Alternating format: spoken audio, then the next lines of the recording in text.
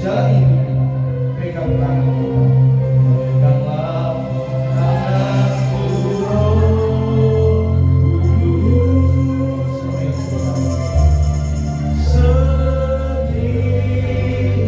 Setiap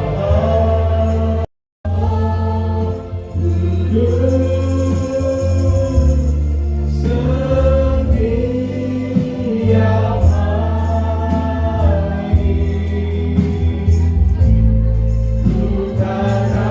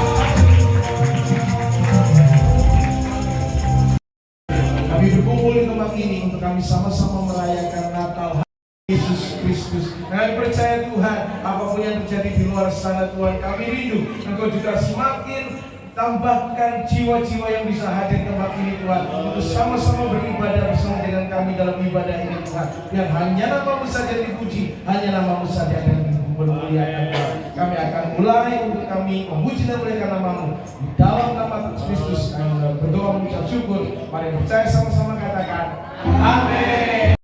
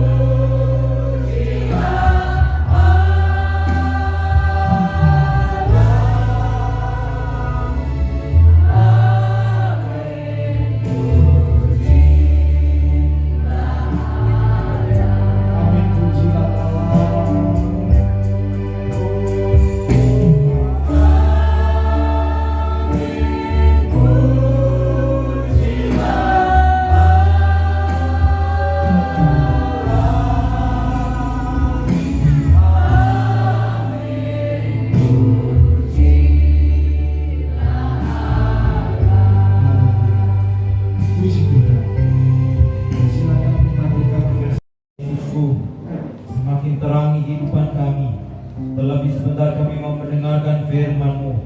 Kau bukakan, Kau singkapkan apa yang Kau mau Tuhan.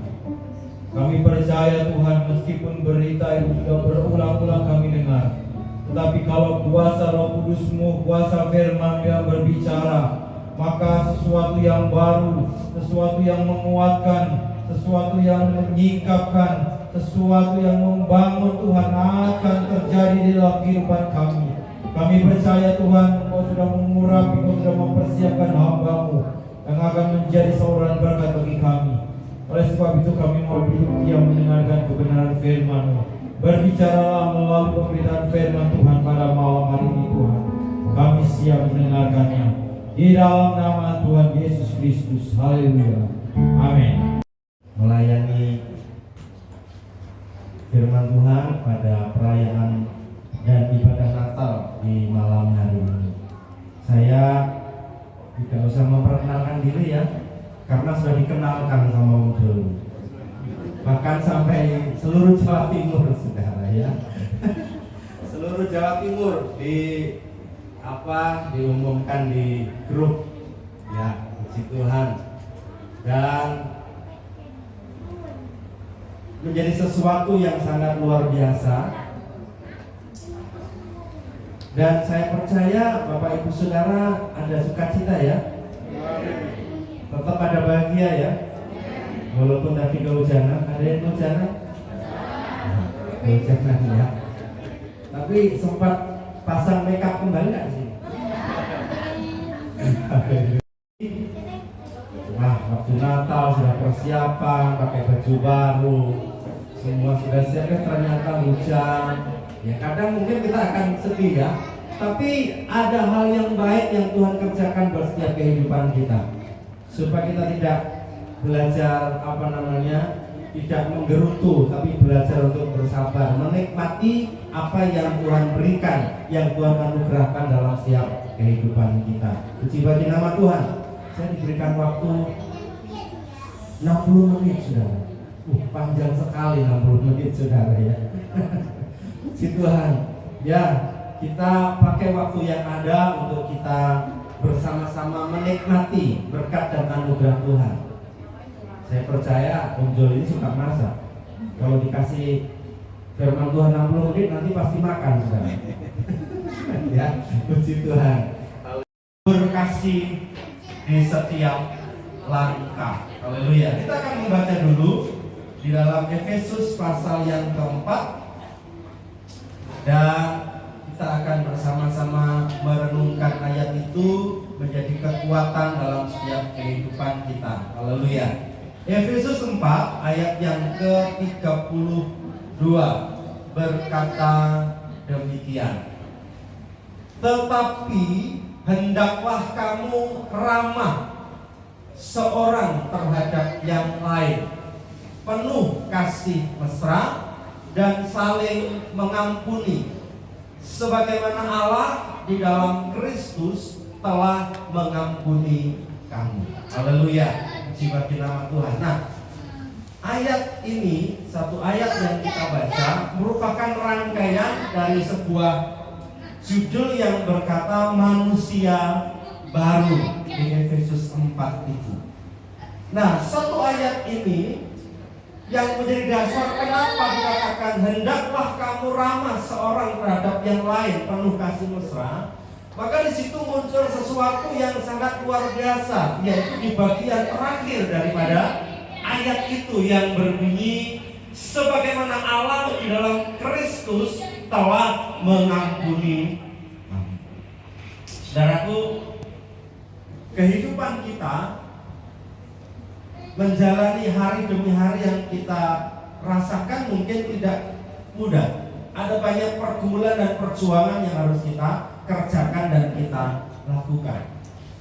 Nah, mengapa Allah menyatakan kasih-Nya yang begitu besar sehingga mengampuni segala dosa salah kita? Manusia pertama diciptakan dengan keadaan yang sempurna, penuh dengan kemuliaan, dan Allah tempatkan di Taman Eden.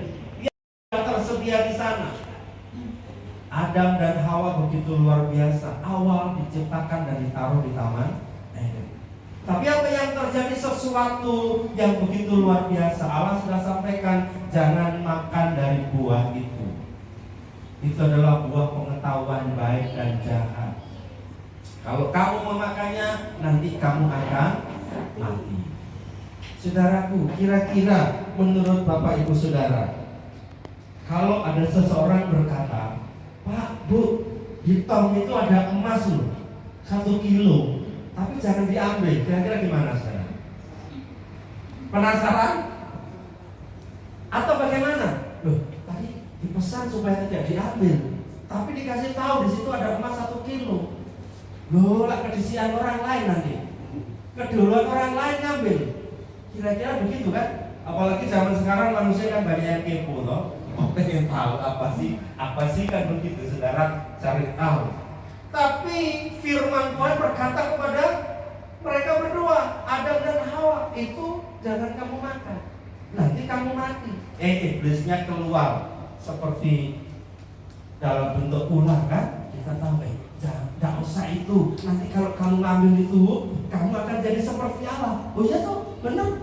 Oh iya, jadi seperti Allah, kamu akan pintar dan lain sebagainya. Karena itu adalah pohon pengetahuan yang baik dan jahat.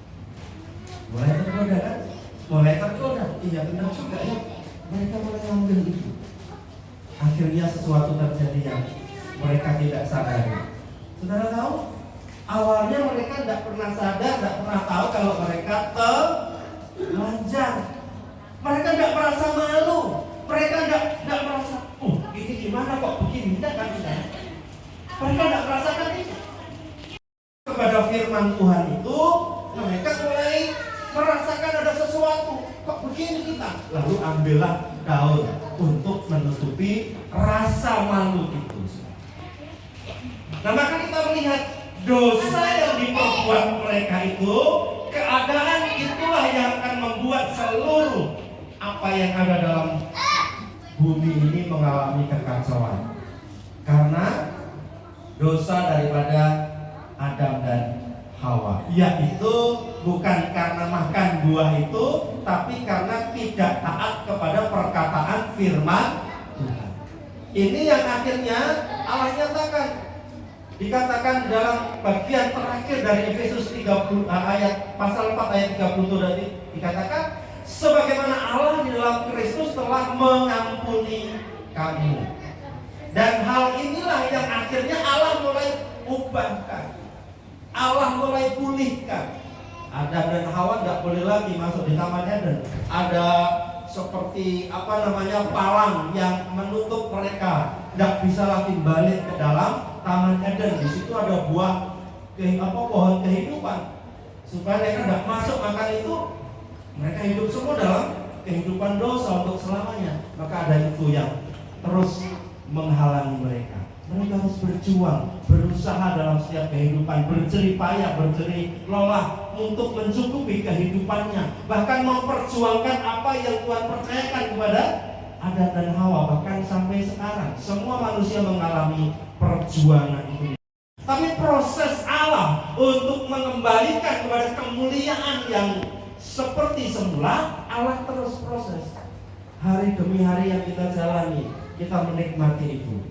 Kita diberikan kesabaran, kita diberikan kemurahan, dan terus makanya ayat itu berkata, hendaklah kamu ramah seorang terhadap yang lain, penuh kasih mesra dan saling mengampuni. Jadi proses ini yang terus bergerak dan terus berjalan. Makanya dikatakan menabur kasih di setiap langkah. Apa yang bisa kita kerjakan dan kita lakukan dalam kehidupan kita? Saya mengambil dari satu ayat 32 ini, ada 3 hal yang bisa kita renungkan dan kita pikirkan dalam kehidupan kita. Ya. Yang pertama adalah kasih mesra.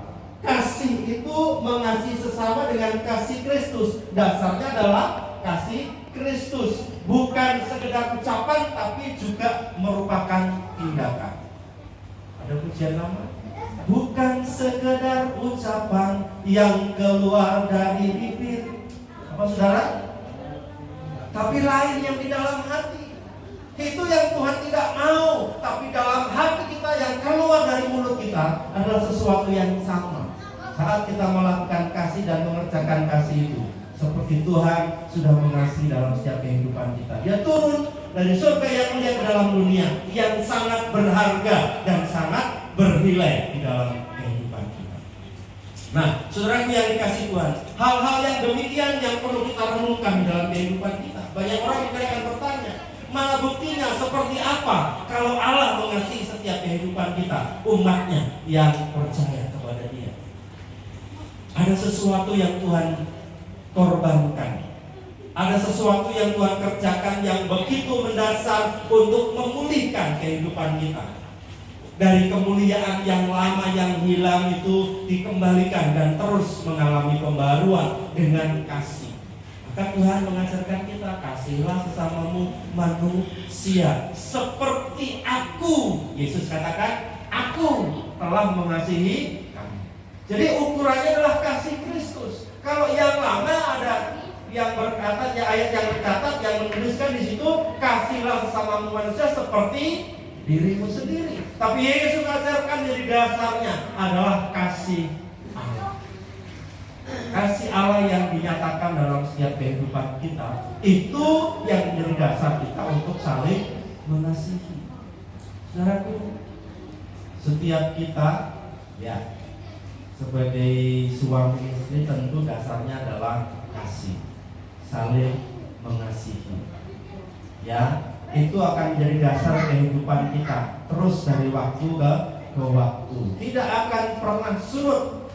Kalau berkata ada kalanya ekonominya mulai sedikit tergoncang dan lain sebagainya, janji daripada pernikahan kita akan ingat itu. Bukan lalu saling menyalahkan satu dengan yang lain. Sampean yang kurang bergerak, iya saya sudah bergerak, tapi sampai tidak mendorong, maksud saudara. Jadi kalau itu terjadi akan tidak selesai persoalan. Tapi kalau kembali kepada ikrar dan janji itu, apapun keadaannya, apapun situasinya, kita akan hadapi bersama. Tuhan juga menyatakan begitu. Tuhan tidak akan pernah meninggalkan kita sendirian. Matius 28, ya kan? Itu akan menjadi sesuatu yang terus kita ingat dalam kehidupan kita. Aku akan menyertai engkau sampai kesudahan akhir zaman ini. Tuhan pernyataannya luar biasa. Maka tidak akan ada yang bisa mempengaruhi apapun yang membuat kita akhirnya hilang kasih kita, baik kepada Tuhan maupun kepada sesama. Dalam Lukas pasal yang ke-6, ya, baca Lukas pasal yang ke-6 di ayat 27 itu dan ayat yang ke-35. Lukas pasal yang ke-6 ayat 27 dan 35.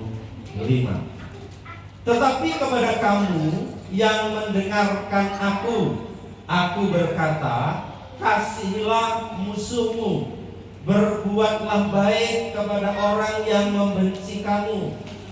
Ayat 35. Tetapi kamu kasihilah musuhmu dan berbuatlah baik kepada mereka dan pinjamkan dengan tidak mengharapkan balasan, maka upahmu akan besar dan kamu akan menjadi anak-anak Allah yang maha tinggi.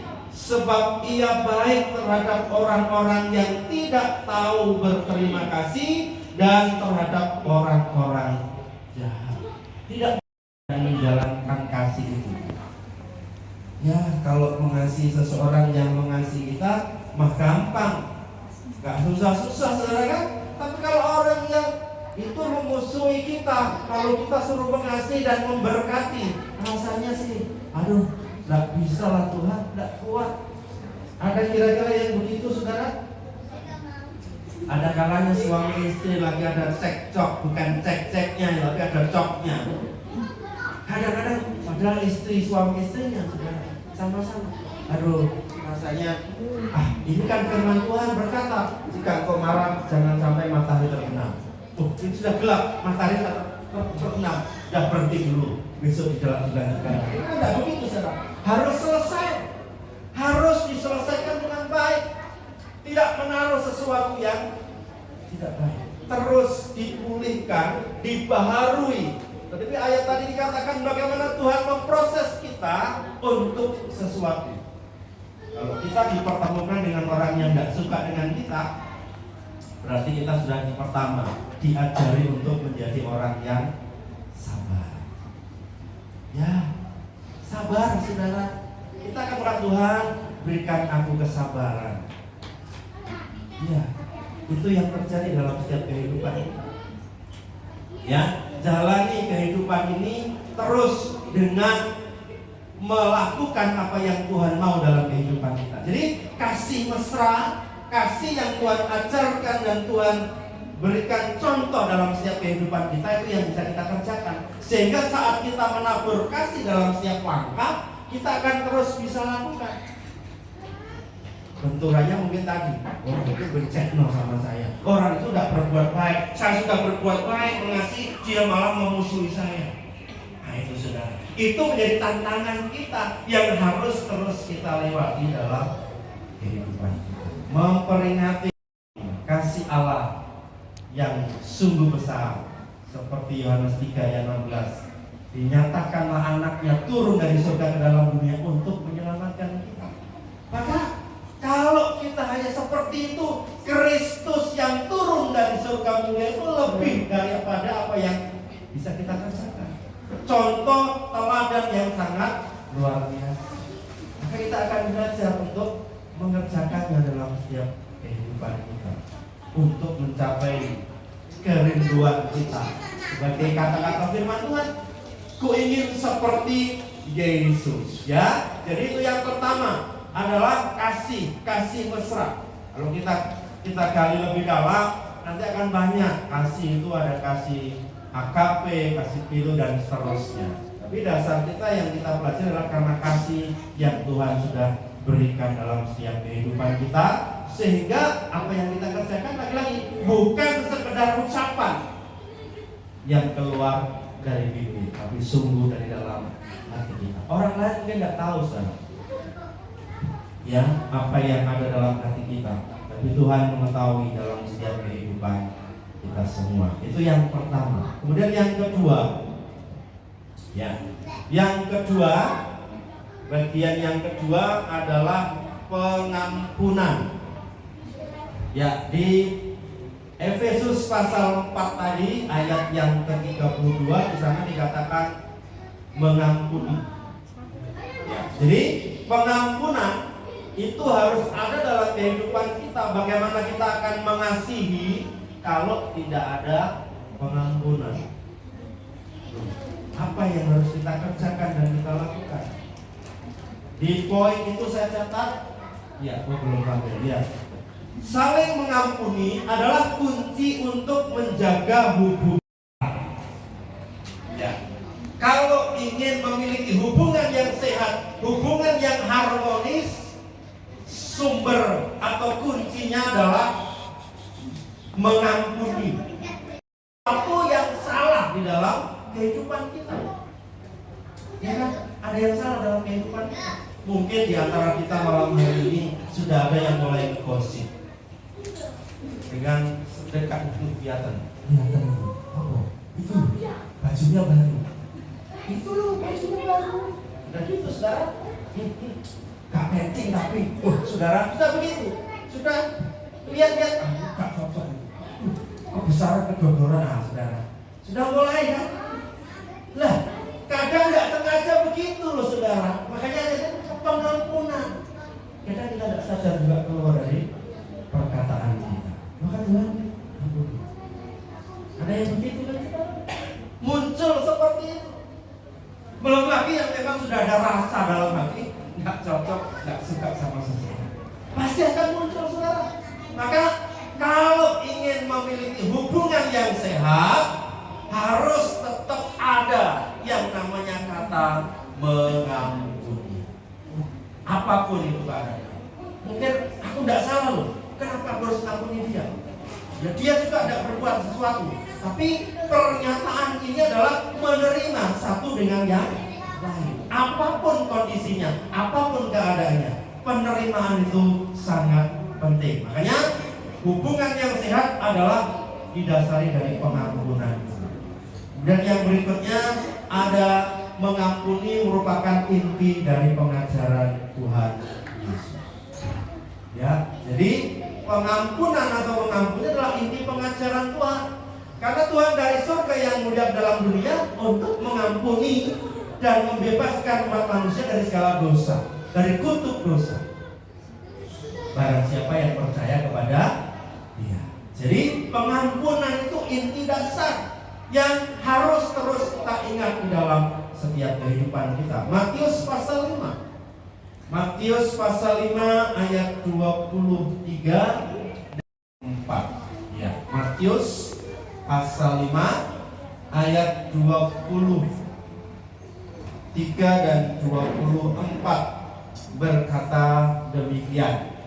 Sebab itu, jika engkau mempersembahkan persembahanmu di atas mezbah dan engkau teringat akan sesuatu yang ada dalam hati saudaramu terhadap engkau, tinggalkanlah persembahanmu di depan mezbah itu dan pergilah berdamai dahulu dengan saudaramu, lalu kembali untuk mempersembahkan persembahanmu itu. Kira-kira bisa enggak, saudara? Kalau sekarang susah, saudara. Apalagi yang rumahnya jauh. Wah, ini susah, saudara. Sudah datang di nafili Allah Pelemahan, ingat itu. Apalagi yang rumahnya mungkin daerah mana? Wah, itu saudara. Ini kejauhan, belum hujan lagi, Pak. Nggak mungkin saya balik minta maaf di sana, kan? Ya toh, jadi tidak akan mungkin itu terjadi. Kalau begitu gimana Pak firman Tuhan ini? Berarti apapun yang terjadi saat itu, kalau kita ingat firman Tuhan, wah maaf ya, kalau tadi saya salah, yang saya ucapkan. Jadi tidak nunggu nanti mempersembahkan baru ingat, lalu datang, aduh, sudah tidak bisa. Ya, jadi secara otomatis begitu sesuatu terjadi, makanya kalau orang berkata, kenapa minta maaf? Ya, barangkali saya salah, saya tidak sadari itu, saya minta maaf. Karena ayat dalam Matius juga berkata, kalau engkau tidak mengampuni, maka dosamu juga tidak diampuni. Ini yang harus kita renungkan dalam kehidupan. Mari, saudara yang dikasihi Tuhan, pengampunan perlu ada dan nyata dalam setiap kehidupan kita. Matius pasal 6. Jadi pasal 5, sekarang pasal 6 ayat yang ke-12. Matius 6 ayat 12, dan ampunilah kami akan kesalahan kami seperti kami juga mengampuni orang yang bersalah kepada kami. Pengampunan merupakan dasar dari ajaran yang Tuhan beri. Makanya ayat yang lain yang Tuhan sampaikan apa, saudara? Kalau ditampar pipi kiri, beri pipi. Kalau diminta baju diberi. Aduh saudara, sudah ini kalau orang Jawa ngomong dikai hati, roh gerong tolong itu loh saudara. Terus tak kei kulo sing jaluk sini. Makanya harus kita terus lakukan yang terbaik dalam setiap kehidupan kita. Mari saudara yang dikasihi Tuhan. Ya, saya ingat waktu Joli pertama telepon atau WA kalau supaya telepon minta tolong saya untuk melayani firman Tuhan. Oh dia bilang, Opa atau Joli, bro ini gimana? Amplopnya mau diisi berapa? Saya bilang, oh saya enggak. Yang baik terhadap orang lain. Ya, memiliki sikap yang baik terhadap orang lain. Nah, sikap ramah menurut KBBI adalah baik hati, menarik budi bahasanya atau tutur katanya, suka bergaul dan menyenangkan dalam pergaulan. Nanti kita baca di Titus pasal 3 itu. Kemudian sikap ramah juga berarti mau mendengarkan, memahami dan membantu orang lain. Ramah. Jadi ramah bukan hanya lama-lama orang ini waras apa enggak sih dari tadi kok gini ya saudara. Ya kan? Tapi ini yang terjadi, baik hati, menarik budi bahasanya, suka bergaul, menyenangkan dalam pergaulan, lalu juga suka mau mendengarkan, kemudian memahami dan membantu orang lain. Ramah, baik hati. Maka ini yang mendasar kita untuk melangkah, menabur kasih dalam setiap langkah kehidupan. Saudara, saya tinggal di, Om Joli sering ngomong, kamu itu kan tinggal di pertama sampai ayat yang ke-7. Titus pasal yang ketiga ayat 1 sampai ayat yang ke-7, ya, berkata demikian. Ingatkanlah mereka supaya mereka tunduk pada pemerintah dan orang-orang yang berkuasa, taat dan siap untuk melakukan setiap pekerjaan yang baik. Janganlah mereka memfitnah, janganlah mereka bertengkar, hendaklah mereka selalu ramah dan bersikap lemah lembut terhadap semua orang. Karena dahulu kita juga hidup dalam kejahilan, tidak taat, sesat, menjadi hamba berbagai-bagai nafsu dan keinginan, hidup dalam kejahatan dan kedengkian, keji, saling membenci.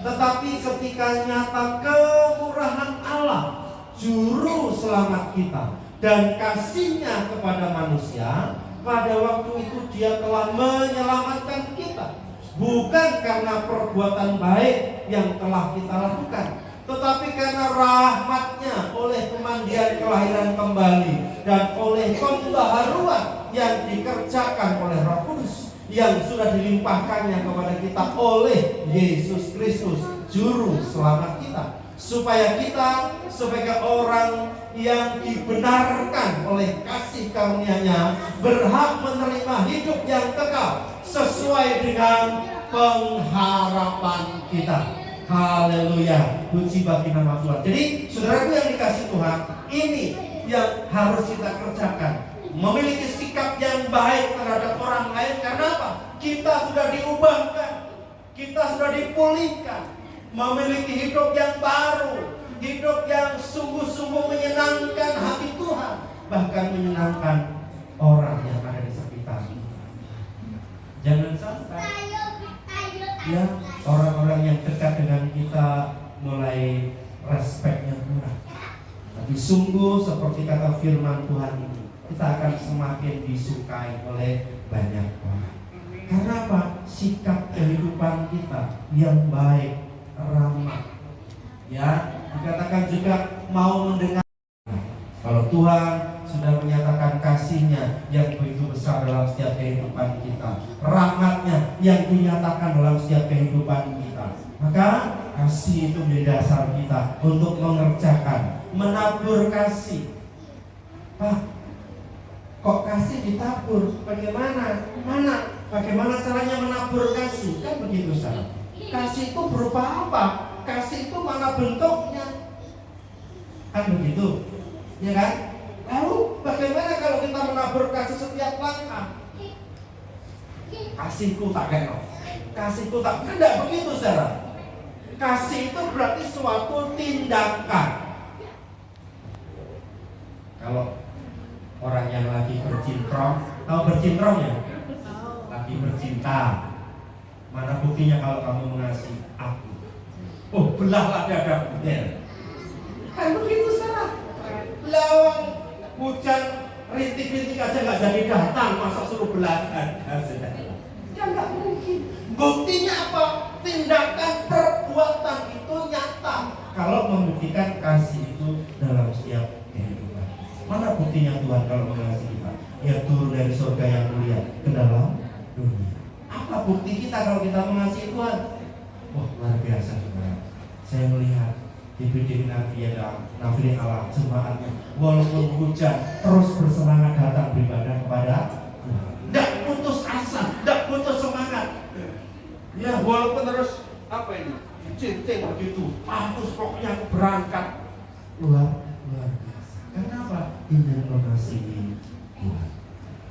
Walaupun di tempat lain seperti apa, aku ingin datang ke pelemahan Nabi Muhammad. Itu menjadi tanda kalau kita mengasihi Tuhan. Jangan lalu pandang sana, oh itu lebih nyaman, lebih enak. Enggak, saudara. Kasih kita sungguh-sungguh tertuju kepada Tuhan. Tidak ada hal yang lain. Tidak ada hal yang lain yang didasarkan. Dasarnya adalah kasih, pengampunan. Demikian juga saudara. Lalu memiliki sikap yang baik terhadap orang lain. Salah satunya seperti dalam Efesus tadi adalah ramah. Banyak kan pengertian sesuai kamus itu, tapi Tuhan menunjukkan kita ramah seperti apa. Sikap yang luar biasa yang Tuhan berikan, seperti dalam Titus pasal yang ketiga tadi. Terus terapkan, terus kerjakan apa yang Tuhan sudah lakukan dalam setiap kehidupan kita. Malam hari ini kita mengingat kasih yang tadi dinyatakan dalam tuntunan kita. Tuhan yang terus akan memelihara kehidupan kita. Tinggal sekitar 5-6 hari kita akan tinggalkan tahun 2024. Apa kira-kira yang belum terselesaikan? Apa kira-kira yang belum tercapai di tahun ini? Kita percaya ada harapan baru saat Tuhan menyatakan kasih-Nya kepada kita di tahun 2025. Terus Tuhan akan menolong kita, menyertai kita. Kita percaya tidak ada jalan yang lain, tidak ada tempat yang lain untuk kita berharap dan berseru, hanya kepada Yesus. Kita berharap kepada manusia akan kecewa, saudara. Bahkan Yeremia katakan terkutuklah orang yang berharap kepada manusia. Ya, kita sadari kita manusia tidak bisa hidup sendirian. Kita butuh manusia yang lain. Tapi bukan pada titik itu yang kita yakini dan kita percayai bahwa Tuhan punya segala cara untuk menolong kita. Orang yang kita mungkin berharap itu akan mengecewakan kita, tapi Tuhan pakai siapapun yang Tuhan mau untuk menolong setiap kehidupan. Itu yang terjadi, saudara.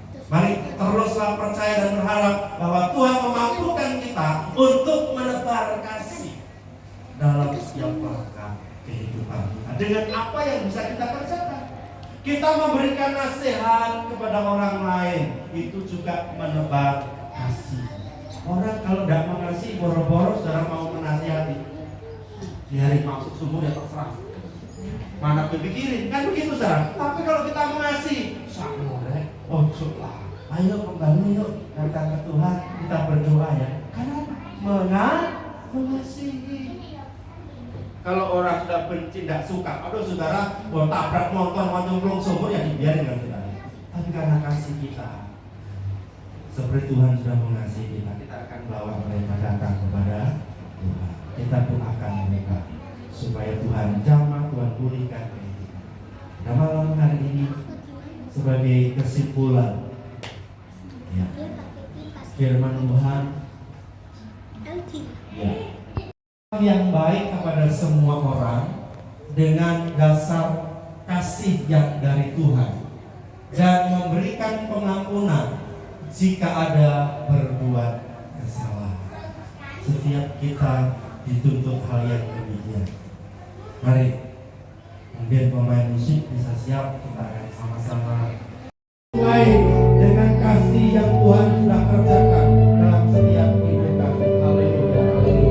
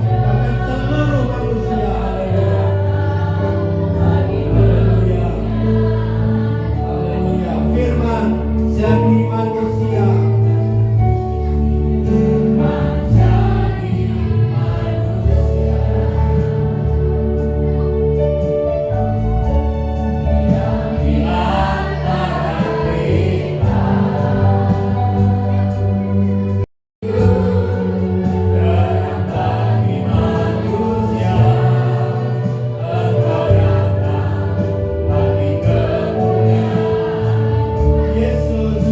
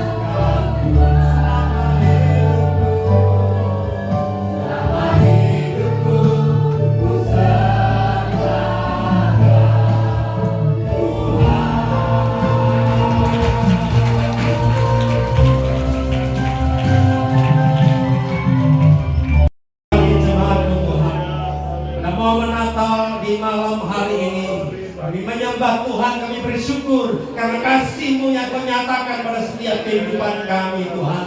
Sehingga kami boleh ada sampai hari ini. Kami boleh menjalani kehidupan ini, terus melangkah untuk menabur kasih, sesuatu yang baik yang Tuhan juga sudah kerjakan buat setiap kehidupan kami. Kami menyerahkan Tuhan seluruh hidup kami ke dalam tangan Tuhan. Seluruh jemaat Tuhan yang hadir malam hari ini, apapun yang mereka bawa, kehidupan mereka, persoalan mereka Tuhan, Engkau Allah yang mengetahui dan Engkau yang sanggup memberikan pertolongan kepada setiap kami. Kami menyerahkan semuanya ke dalam tangan-Mu Tuhan.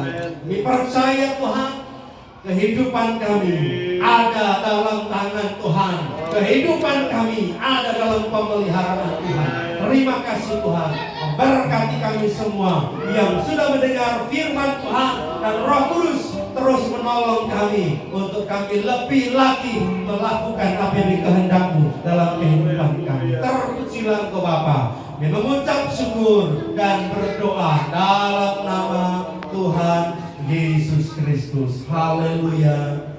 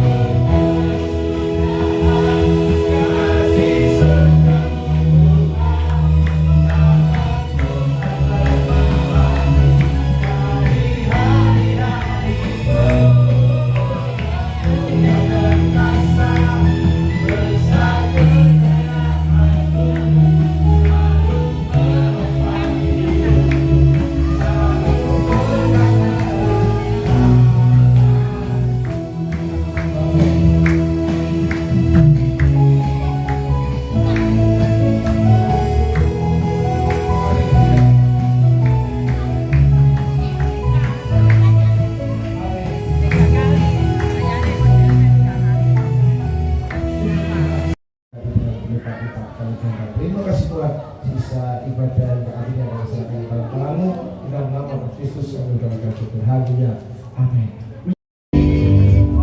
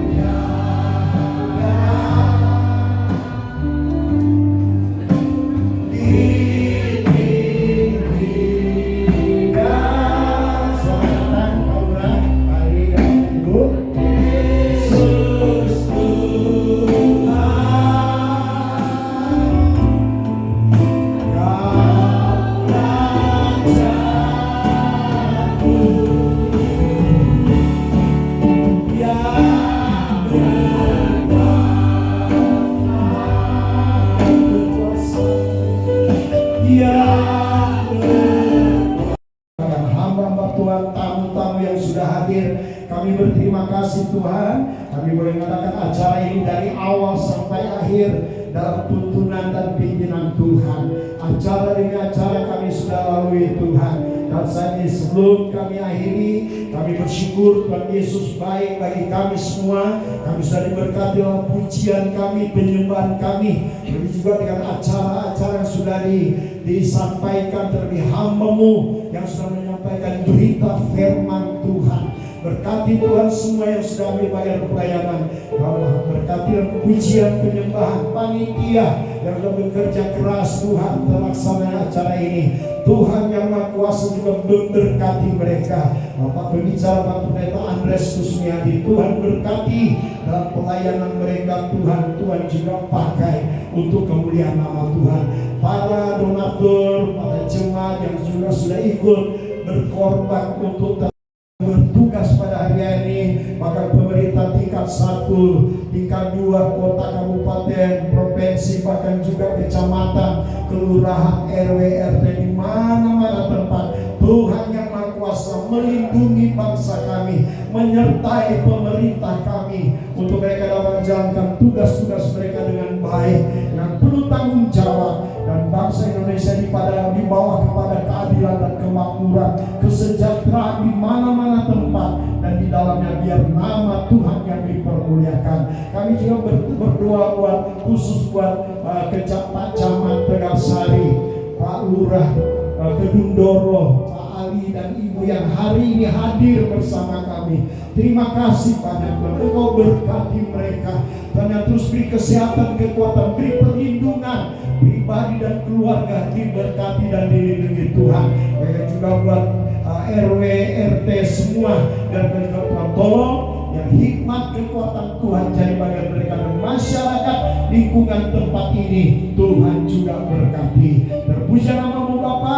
Sebentar kami akan pulang, kami akan kembali ke tempat masing-masing.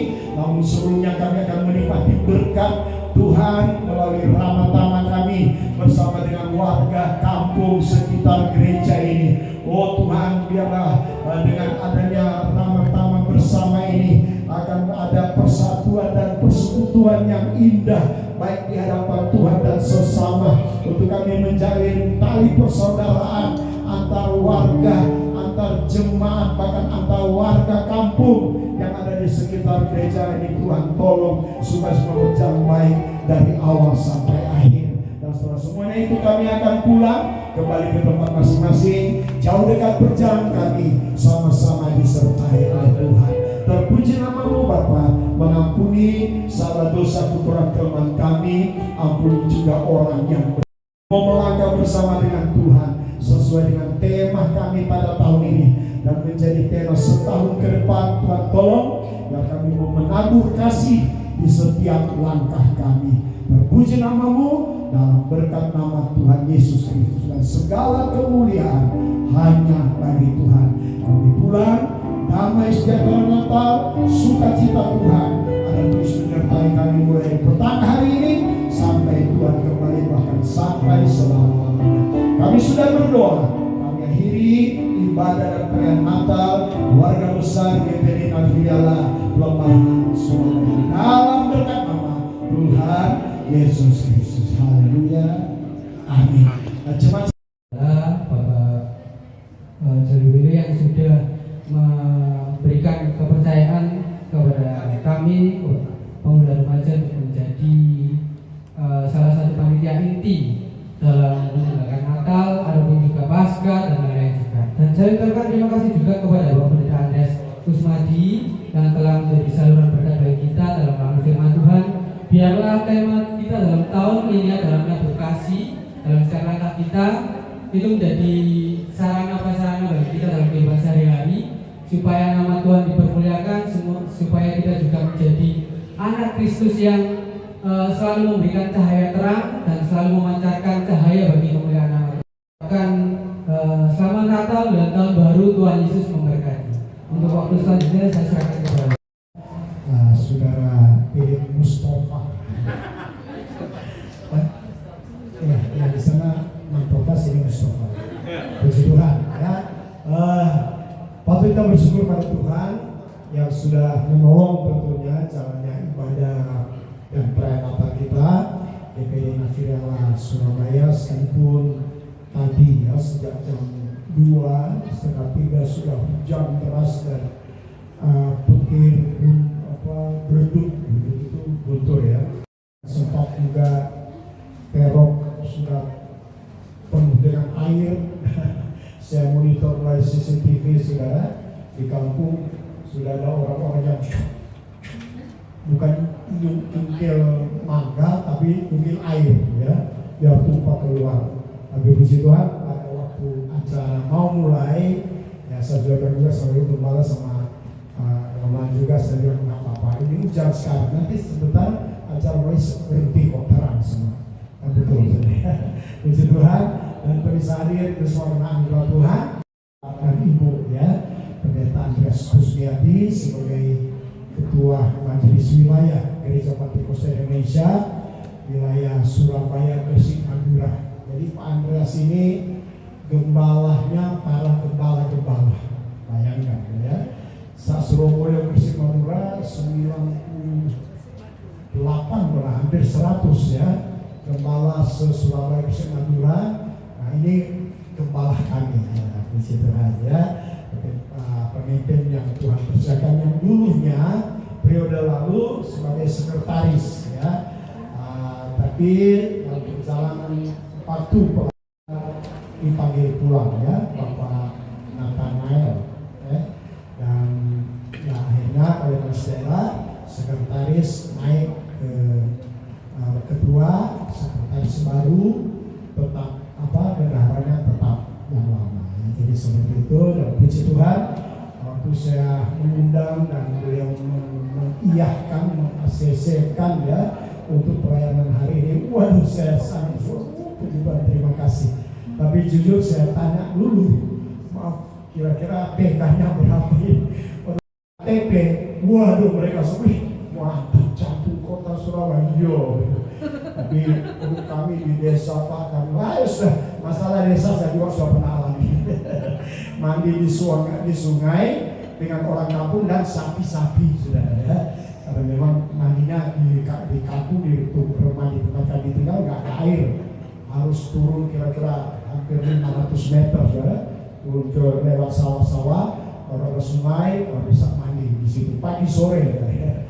Karena waktu itu masih TK ya, masih di Probolinggo ya, tapi puji Tuhan dan puji Tuhan, dan begitulah kita diberkati oleh firman Allah. Terima kasih Pak Ketua Wilayah dan Ibu yang juga sudah hadir memberkati, dan saya juga sangat berterima kasih buat panitia yang bekerja keras kala hari Minggu kemarin, hari ini, dan terus juga nanti ada malam tahun baru, pasca, Jumat Agung pasca sampai retret.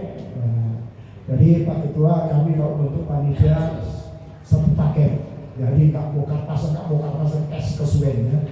Jadi satu paket Natal, tahun baru, pasca, sekalian Jumat Agung dan Kebangkitan, dan retret tahun depan. Ya setelah retret panitia dibubarkan, bentuk lagi panitia baru untuk Natal dan berikutnya lagi. Ya selain itu ya. Dan puji Tuhan, semangat yang baik sampai hari ini. Terima kasih banyak.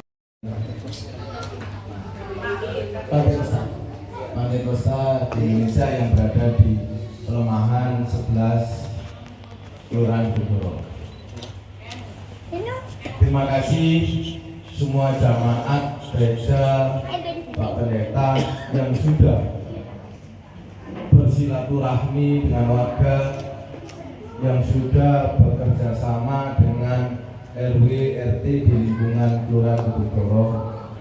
Semoga persaudaraan ini, toleransi antar umat beragama ini, khususnya di wilayah Kelurahan Bogor dan umumnya di Kecamatan Tegalsari dan pemerintah Kota Surabaya terjalin dengan bagus. Kenapa? Karena negara kita adalah negara Pancasila, bukan negara agama. Jadi di sini ada 6 agama, ada beberapa agama, kita harus saling toleransi. Bapak Ibu semuanya, juga saya jika merayakan Hari Raya Idul Fitri jenengan juga toleransi kepada kami. Sama jenengan merayakan ibadah Natal, saya selaku pimpinan Kelurahan Gedung Doro diundang, nggak mungkin saya nggak datang. Kenapa? Karena saya adalah bapak di sini. Walaupun saya masih muda, mohon maaf, tapi saya ini di sini pemangku wilayah selaku bapak. Jadi saya harus menghormati, walaupun perbedaan agama kita. Di agama saya, di agama jenengan tidak ada larangan untuk datang, tetapi kita mempunyai kepercayaan sendiri-sendiri. Saya selaku lurah saling menghormati, saling menghargai. Jika kalau saya diundang jenengan tidak hadir, itu berdosa buat saya. Kenapa? Karena saya selaku pimpinan kalau tidak hadir saya berdosa.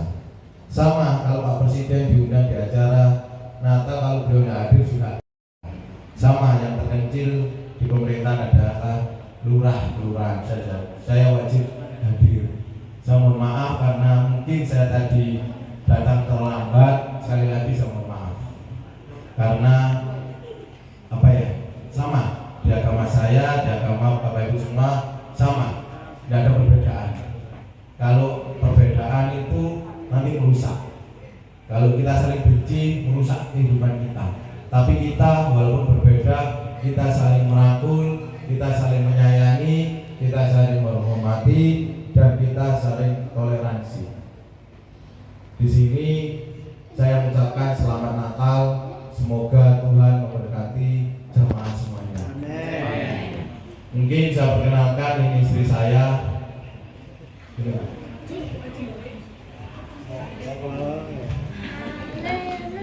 Ini istri saya yang selalu menemani saya. Dia yang mendampingi saya mulai dari titik nol hingga titik sekarang. Berasa buat saya. Jadi saya harus mencintai beliau hingga akhir hayat kami.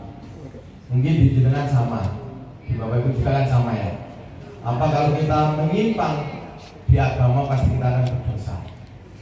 Tetapi kehidupan bertoleransi agama, berkerukunan, kita harus saling menjalankan, kita saling menghormati. Kenapa? Karena gereja ini di wilayah Kelurahan Gedung Doro bertepatan di kampung, di wilayah yang masyarakatnya adalah heterogen, masyarakatnya bermacam-macam, tidak Islam aja, tidak Kristen aja, tidak Katolik, tidak Protestan, tidak Hindu, tidak Buddha, Konghucu pun ada. Saya tidak mau membeda-bedakan karena saya selaku bapak di sini tidak boleh membeda-bedakan. Tapi kita harus merangkul. Merangkul kenapa? Biar warga di Kelurahan Gedung Doro ini saling bekerja sama untuk membangun Gedung Doro yang lebih baik. Walaupun Bapak Ibu banyak yang mungkin bukan bertempat tinggal di Gedung Doro, tapi jenengan tempat beribadah jenengan adalah di wilayah Gedung Doro. Jadi mau tidak mau jenengan adalah warga kami. Mungkin ini yang bisa saya sampaikan. Selagi saya mohon maaf jika ada perkataan atau tingkah laku dari saya ataupun istri saya mulai datang hingga sekarang ada yang tidak berkenan di hati jamaah sekalian. Sekali lagi mohon maaf. Sekian, selamat malam.